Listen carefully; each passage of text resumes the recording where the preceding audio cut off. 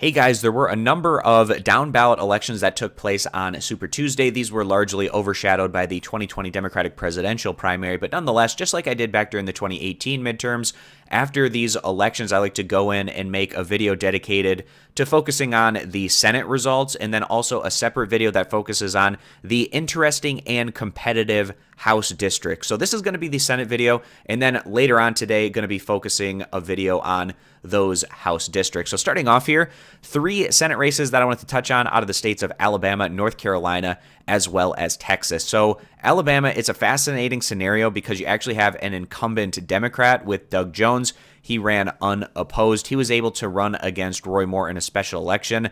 That was a big contributing factor to why he was able to win that election in what is one of the most conservative Republican states out of all 50 states. So he is going to be challenged on the Republican side by either Tommy Tuberville, who is the former football coach, I believe, of the University of Auburn, and then Jeff Sessions, who actually used to be the senator from Alabama before going in and working for the Trump administration before being relieved of his duties there, now running again for the Senate. So an extremely competitive result there between Tuberville and Jeff Sessions. And then also Bradley Byrne was respectable in his own right, but it's going to go down between Tuberville and Sessions. We'll see who wins that runoff election, and then they're going to be challenging Doug Jones in a situation where you would feel like the Republicans have a pretty decent shot at going on and reclaiming that Senate seat.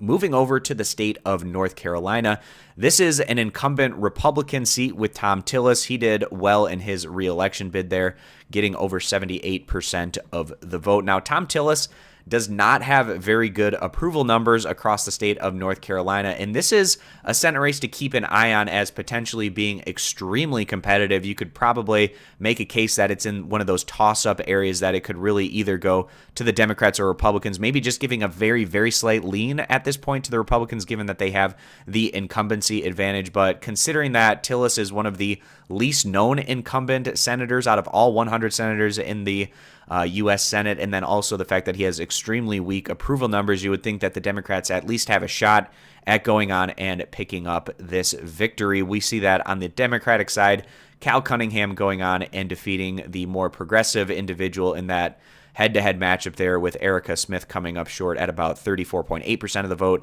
Cunningham there at 57%. And you might look at these numbers and say, wow, the Democrats got way more votes than what the Republicans did on their side, so they have a really good shot at going on and winning this one. And maybe that is the case, but obviously when you have the presidential primary going on the Democratic side, but not necessarily being competitive at all on the Republican side, that encourages more Democratic voter turnout. So you would expect to get a lot more in the way of votes on their side than the Republican side. Also, with an incumbent on the Republican side, not necessarily a whole lot of incentive to go out and vote, because you pretty much know that the incumbent is going to go on and win that primary. But a race to definitely keep an eye on, and one that the Democrats could potentially pick up in the 2020 general.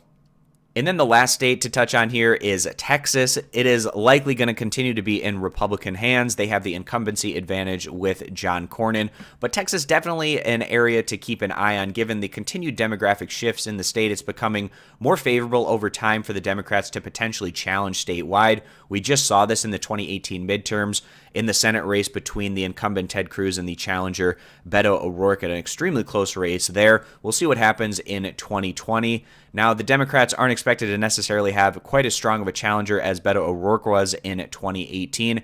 They had a ton of people running to try to win their primary, and it's going to go to a runoff. MJ Hegar is right now going to be going to the runoff, and we don't necessarily know who she's going to be challenged by in that runoff scenario, but she's probably going to be the favorite going into that runoff. She is one of the more progressive individuals that were running on the Democratic side for this Senate primary. So again, we'll see who her challenger is and then who goes on and ends up winning that runoff, but it's going to be going against the incumbent John Cornyn, going on and claiming that victory. He's sitting at over 76% of the vote. Now, there's some advantages and disadvantages for Cornyn in 2020 in contrast to Ted Cruz 2018. The advantage for Cornyn is his unfavorables are quite a bit less than what Cruz's were heading into 2018, but the disadvantage for Cornyn is he's not quite as well known throughout the state. So when you're incumbent and you don't have quite as much name recognition, it means that incumbency advantage doesn't mean quite as much, but we'll see how things play out at the end of the day. Also for Cornyn,